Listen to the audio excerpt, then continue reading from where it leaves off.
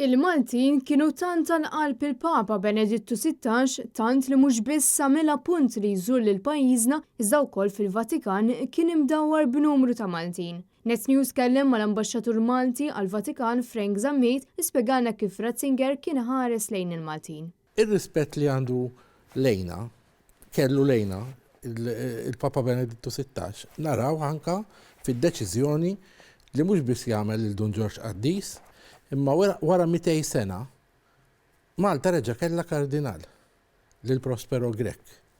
U kien jiċċajta ħafna miegħu, jiena niftakar il-Prospero Grek jiċċajta miegħu meta batalih kien qallu li ġej Malta, qallu qgħod attent, qallu għax Malta hemm ħafna sriep u titlalek xi waħda ma' jdejk, qallu tieħu l-valenu.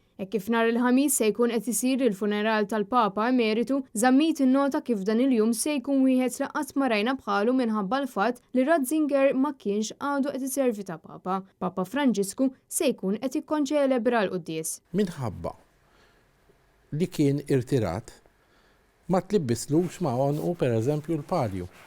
L-palju huwa simboliżmu ta' ġurisdizzjoni u ta' awtorità.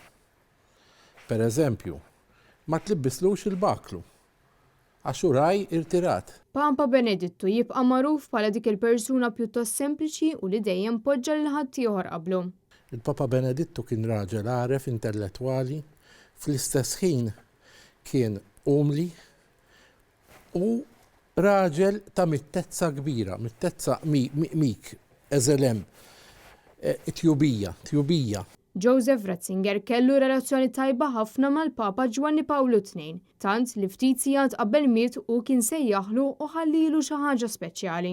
Il-Papa ħares lejn il-Kardinal ħabib tiegħu bidmuh f'għajnejh, prova jkellmu imma ma setax. Allura dar il-Papa qabad biċċa karta lapes u kitiblu il-kelma danke. Danke hija grazzi bil-Ġermaniż. Bil-predeċessur tiegħu kien insista li l-Papa Benedittu jaħdem jitfit miegħu għal snin sħaħ. Il-Papa tant riedu li taħderoga u ħallih ikompli jikteb il-kotba u jaħdem fil-kurja tiegħu.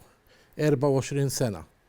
Iktar madda żmien meta il-Papa Giovanni Paolo it-tieni kien maħkum mill-Parkinson, kien il-forċina prinċipali tal-pontifikat ta' Wojtyła.